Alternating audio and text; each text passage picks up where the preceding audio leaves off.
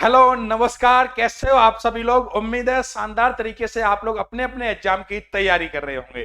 तो दोस्तों, मैं संदीप दुबे सिंकोरी स्टेट एग्जाम पर आप लोगों को पंचायती राज 2013 की वैकेंसियों के बारे में संपूर्ण जानकारी देने आया हूं।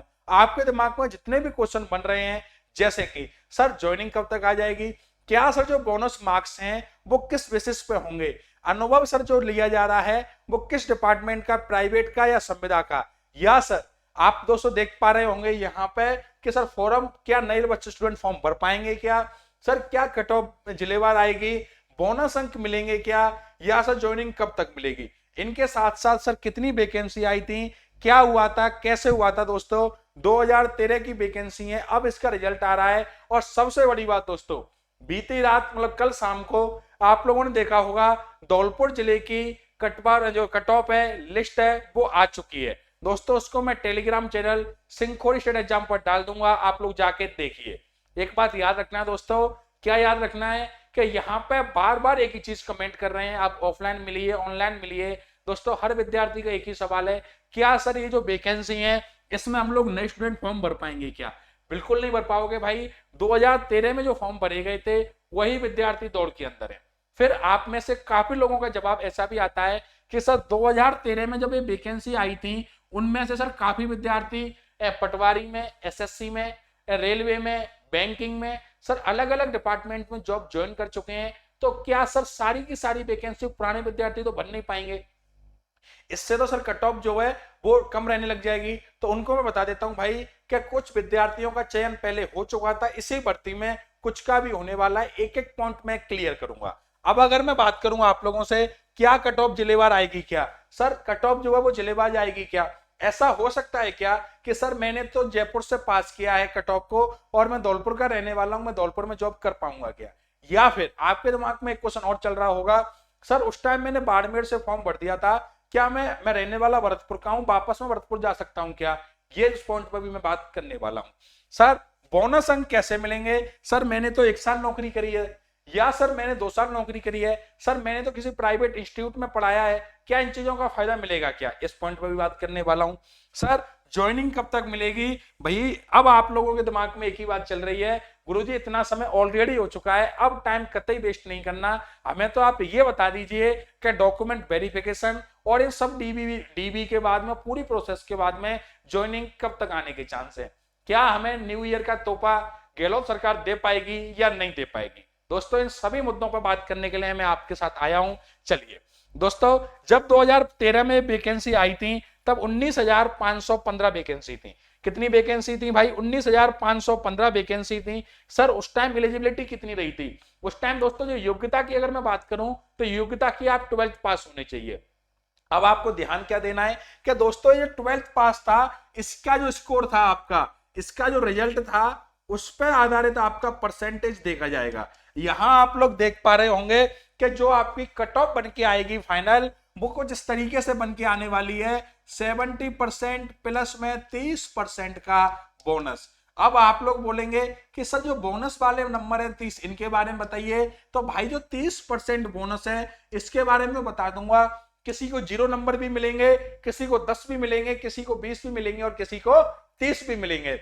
लेकिन भाई जो 70% है ये कैसे है। तो दोस्तों 70% जो स्कोर है वो आपका 12th का स्कोर का है। जैसे कि अगर मैं बात करूं आप लोगों से, समझिए मेरी बात को, कि जो लोग 12th आप लोगों ने पास करी, 12th में आपका स्कोर 70% था, या मैं मान लेता हूं आपका स्कोर 80% था। अगर दोस्तों मैं बात करूं 70%, 80% और 90%, दोस्तों स्टैंडर्ड आंकड़ों से बता रहा हूं, बाकी आपके जो भी परसेंटेज है वो आप लोग एक बार कमेंट में बताना, मेरी टीम कैलकुलेट करके आपको बता देगी। कि हम लोगों कल धौलपुर का रिजल्ट आया है शायद, हाँ कल धौलपुर का रिजल्ट आया है दोस्तों, उससे हम लोग कंपेयर करके बता पाएंगे। एक बार अपना बोनस और लिखना कि आपको कोई एक्सपीरियंस वगैरह है या नहीं है। तो दोस्तों अगर किसी विद्यार्थी के 80% है तो 80 इंटू में 70 अपॉन में 100 करेंगे तो 0 से 0, अटू सतु 56, सर 56 नंबर यहां से आ जाएंगे। अब अगर मैं 70 नंबर की बात करूं तो 70 इंटू में 70 अपॉन में 100। अगर किसी विद्यार्थी के 70% थे भैया कब 2013 में, उसको 49% कंसीडर किया जाएगा। मतलब आपके 12th के जितने भी मार्क्स हैं उसका 70%। याद आ रहा है क्या, मैंने अभी रेलवे के लिए भी ये बात बताई थी आके, जब आप लोगों का साइको का रिजल्ट आया था एकदम से आप लोग भौचक्के रह गए, सर ये क्या हुआ, ये क्या हुआ। ये तो मैंने उस टाइम भी बताया था भाई, कुछ नहीं हुआ, रिजल्ट 70 और 30% इस तरीके से आया। अब देखना दोस्तों कि अगर किसी विद्यार्थी के, मैं मान लेता हूं मैक्सिमम 90% पे लेके चलता हूं, मैं किस पे लेके चलता हूं, मैं लेके चलता हूं दो विद्यार्थियों का कंपेयर कर रहा हूं, कट ऑफ आपके सामने यही निकल के आ जाएगी कि क्या रहने वाली है। परेशान कतई नहीं होना, ये जो 90% है भाई, ये थोड़ा सा आप लोगों को प्रॉब्लम करेगा, क्योंकि 2013 की हम बात कर रहे हैं, उस टाइम 90% लाना ही बहुत बड़ी बात थी। और अगर किसी के आते थे तो शायद वो पंचायती राज में फॉर्म भी नहीं भरेगा, और अगर फॉर्म भी भरा है तो वो अब तक इंतजार भी नहीं करेगा भाई। 2013 में 90% जिस विद्यार्थी के आए हैं वो कहीं ना कहीं आज नौकरी भी कर रहा होगा, शादी भी हो गई होगी, बच्चे भी हो गए होंगे, और हो सकता है भाई उसके बच्चे ही किसी बढ़िया इंस्टीट्यूट में पढ़ रहे हो, 7th 8th तक पहुंच चुके हो। तो इस चीज को आप लोग छोड़िए अपने दिमाग से कि 90% वाला, लेकिन फिर भी मैं मान लेता हूं कि चलिए किसी विद्यार्थी के 90% अगर हैं तो 90 इंटू में 70 अपॉन में 100, 0 से 0, 9 सत्ते 63। सर मैंने कहा कि 63 नंबर, एक विद्यार्थी जिसने संविदा पे कभी काम ही नहीं किया पंचायती राज के अंदर, उसके 90% हैं, तो भी उसके 63% नंबर बैठ रहे हैं। बोलिए हाँ या ना, फटाफट से आप लोग कमेंट करके बताना कि हाँ सर ये पॉइंट तो समझ में आ गया। कि अगर मैं बात करूं दो विद्यार्थियों की, तो देखना दोस्तों सब कुछ मैं साफ करता हूं, सब कुछ आपको समझाने की कोशिश करता हूं। ये भाई एक स्टूडेंट है, अगला विद्यार्थी 60% तो लेके आया होगा भाई, अगला विद्यार्थी 60% तो लेके आया होगा। बोले गुरुजी मान लो अगर वो 60% लेके आया है तो 60 गुणा में 70 अपॉन में 100 प्लस का भैया 30 नंबर उसको बोनस मिले होंगे। वो कैसे मिले होंगे मैं बताने वाला हूं, इसलिए मैं बोल रहा हूं जो संविदा पर कंटिन्यू काम कर रहे हैं पंचायती राज के अंदर उनको फायदा मिलने वाला है। अब आप में से कुछ महान मूर्ति ऐसे भी होंगे जिनको संविदा का मतलब ही नहीं पता होगा, उनको भी बताता हूं भाई। प्लस का 30 नंबर, 0 से 0, 0 से 0 चौसत्ते 42 प्लस का 30 भैया 72% नंबर। अगर किसी विद्यार्थी के 60 नंबर, अगर किसी विद्यार्थी के 12th में 60% हैं और 3 साल का उसको संविदा का अनुभव है। संविदा क्या होता है दोस्तों कि गवर्नमेंट जब किसी भी अपने गवर्नमेंट डिपार्टमेंट के अंदर प्राइवेट कर्मचारियों को लगाती है उनको संविदा बोला जाता है, संविदा कर्मचारी बोला जाता है। जैसे कि शिक्षक को आपने देखा होगा कि कई गवर्नमेंट कॉलेज के अंदर टीचर्स को प्राइवेट लगाया जाता है। जैसे कि अगर आपकी प्रोसेस होने में, राजस्थान के अंदर एक भर्ती हुई थी कंप्यूटर अनुदेशक की, जिसके साथ अभी ज्वाइनिंग नहीं आई, बाकी उनका रिजल्ट वगैरह आ चुका है। उस भर्ती के अंदर दोस्तों राजस्थान में कंप्यूटर टीचर की जरूरत थी, तो अब वो भर्ती में एक प्रोसेस लगने वाला था, एक समय लगने वाला था, लेकिन उस समय से पहले पहले क्या वहां पर रिक्त पद पड़े रहेंगे क्या, नहीं। तो कुछ जगह जब जरूरत होती है तब ये लोग क्या करते हैं, प्राइवेट जो एम्प्लॉयज को हायर कर लेते हैं गवर्नमेंट डिपार्टमेंट के अंदर, जो कि संविदा वाला मामला वहां पे भी उलझ जाता कंप्यूटर अनुदेशक में, 30% का बोनस दो, लेकिन वहां कुछ भी नहीं दिया गया। खैर वो तो बात छोड़िए, वो तो राजस्थान सरकार की सबसे बड़ी हार थी कंप्यूटर अनुदेशक का जो पेपर था। इनको वैकेंसी कैसे भराई दोस्तों, इस मामले में जब रिजल्ट आया था, रिजल्ट से पहले भी मैंने आके बोला था, और जब आप लोग तैयारी कर रहे थे तब भी मैंने आपको बोला था भाई गवर्नमेंट की नीयत पता नहीं क्या है यार। पेपर का लेवल अनुदेशक में आप लोग वरिष्ठ का पेपर दे रहे हो, वरिष्ठ में आप लोग बेसिक का दे रहे हो, पता नहीं वो तो अलग ही था, उसको छोड़िए आप लोग, आप यहाँ आ जाइए। तो अगर किसी विद्यार्थी के 90% हैं और उसको कोई भी एक्सपीरियंस नहीं है, और एक किसी विद्यार्थी को उसके 60% है, 50% है, लेकिन उसको साथ 3 साल का अनुभव है, उस बंदे का सिलेक्शन श्योर शॉट है भाई, ध्यान रखना। तो यहाँ पर बहुत बड़ा गेम खेलने वाला है, वो है आप लोगों का क्या, तो आप लोग खुद बोलेंगे सर बोनस का बहुत बड़ा गेम रहने वाला है। अब मैं आपको बताने वाला हूं कि बोनस कैसे रहेगा। तो 70% दोस्तों आपका 12th का स्कोर, 30% आप लोगों का बोनस। बोनस के बारे में थोड़ा बहुत और जान लेते हैं। अब देखिए भाई बोनस दोस्तों कैसे दिया जाएगा। तो बोनस दोस्तों आप लोगों का संविदा कर्मी, जो जितने भी संविदा कर्मी हैं उनको बोनस है। अगर किसी ने 1 साल कार्य किया है तो 10%, 2 साल कार्य किया है तो 20%, और अगर किसी ने 3 साल कार्य किया है तो उसको 30% मिलने वाले हैं। मैंने वही कंसिडर किया था। और दोस्तों मैं एक बात वापस बोल रहा हूं, जो लोग ऑलरेडी वर्किंग में हैं उनको यहाँ बहुत फायदा मिलने वाला है। इसलिए दोस्तों क्योंकि उनके परसेंट अगर 50% भी मैं मान लूं, तो देखना आप लोग 50% भी अगर उनके मान लेते हैं हम लोग, तो 50 गुणा 70 अपॉन में 100, लेकिन 3 साल का बोनस है मेरे भाई, 0 से 0, 0 से 0, 35 प्लस का 30 बराबर 65। एक उस स्टूडेंट से तो अभी भी आगे हैं जो 90% लेके, लेकिन उसको कोई अनुभव ही नहीं है इस संविदा का। समझ पा रहे हो क्या आप लोग मेरी बात को? ये है दोस्तों एक प्रॉपर आप लोगों को बताऊं एक स्ट्रेटजी जो यहाँ पे होने वाली है। अब दोस्तों 1 साल के लिए 10% जो मैंने आपको बताई दिया, 2 साल के लिए 20%, 3 साल के लिए 30%। जब दोस्तों सीट आई थी 19,515, कितनी सीट थी भाई? तो आप लोग बोलेंगे सर 19,515 सीट थी। तो अब आपके दिमाग में एक बात आ रही होगी, ये रहा एक क्वेश्चन मार्क, क्या सर 19,515 जो सीटें, क्या सारी की सारी सीट जो है वो अभी भरी जाएंगी क्या? नहीं भाई, जब ये फॉर्म आए थे उस टाइम कुछ सीटें भर दी गई थी। जैसे कि अगर मैं बात करूं 7755, आप लोग अप्रोक्सीमेट मान लीजिए 7800 सीट भर दी गई थी भाई। उसके बाद कुछ सीटें अलग अलग दोस्तों ये प्रोसेस होती रही, कुछ सीटें डिपार्टमेंट लेवल पे, ऐसे करके अब अगर मैं बात करूं आप लोगों से तो आप लोग खुद देख लीजिए भाई, अभी जो सीट बची हुई हैं वो आप लोगों के लिए 4000 सीटें। इस 4000 सीटों पर रिजल्ट आने वाला है। अभी जो रिजल्ट आ रहा है भाई वो 4000 सीटों पे आने वाला है। चलिए थोड़ा और बताता हूं मैं आप लोगों को। सर डॉक्यूमेंट वेरिफिकेशन के बारे में थोड़ा बहुत बता दीजिए। तो देखना दोस्तों क्या बता रहा हूं मैं। देखो डॉक्यूमेंट दोस्तों आप लोगों के 19 अक्टूबर तक सभी डॉक्यूमेंट जमा हो जाएंगे डिस्ट्रिक्ट वाइज। जो लोगों की दोस्तों 19 अक्टूबर से पहले आपका रिजल्ट आ जाएगा, अंतिम रूप से चयनित विद्यार्थियों को डॉक्यूमेंट वेरिफिकेशन के लिए बुलाया जाएगा। जो विद्यार्थी डॉक्यूमेंट वेरिफिकेशन के लिए जाएंगे दोस्तों, उनके डॉक्यूमेंट जमा हो जाएंगे। दोस्तों डिस्ट्रिक्ट वाइज आप लोगों की डॉक्यूमेंट वेरिफिकेशन होने वाली है। जिनका धौलपुर जिले में सिलेक्शन हुआ है उनका धौलपुर जिले में, जिनका भरतपुर में हुआ है उनका भरतपुर में, जिनका जोधपुर में हुआ है उनका जोधपुर में, और जिनका जयपुर में हुआ है उनका जयपुर में, जिनका बाड़मेर में हुआ है उनका बाड़मेर में। ठीक है, बिल्कुल ठीक है। सर पुलिस वेरिफिकेशन होगी क्या? भाई बिल्कुल आप लोगों की पुलिस वेरिफिकेशन होगी, और ज्वाइनिंग इन जनवरी 2023 में। दोस्तों एक अखबार की भी हेडिंग लाइन थी कि गहलोत सरकार का पंचायती राज वालों को नई साल का एक तोहफा देने का विचार। दोस्तों ऐसा कुछ था। तो उस चीज को भी दोस्तों ऐसा मैं आप लोगों से ऐसा बोल सकता हूं कि 99% चांस ये है भाई कि ये भर्ती जो है वो आप लोगों की फाइनल हो जाएगी। जनवरी 2023 में आपको नौकरी मिली जाएगी, उससे पहले ही मिल जाएगी। मैं आपको लास्ट पॉइंट बता रहा हूं जनवरी 2023 का। तो आपके पास एक न्यू ईयर मनाने का एक शानदार मौका होगा कि आप राजस्थान सरकार के एक सरकारी कर्मचारी बन चुके हो। तो दोस्तों ये पूरी की पूरी बात मैंने आपको समझाई।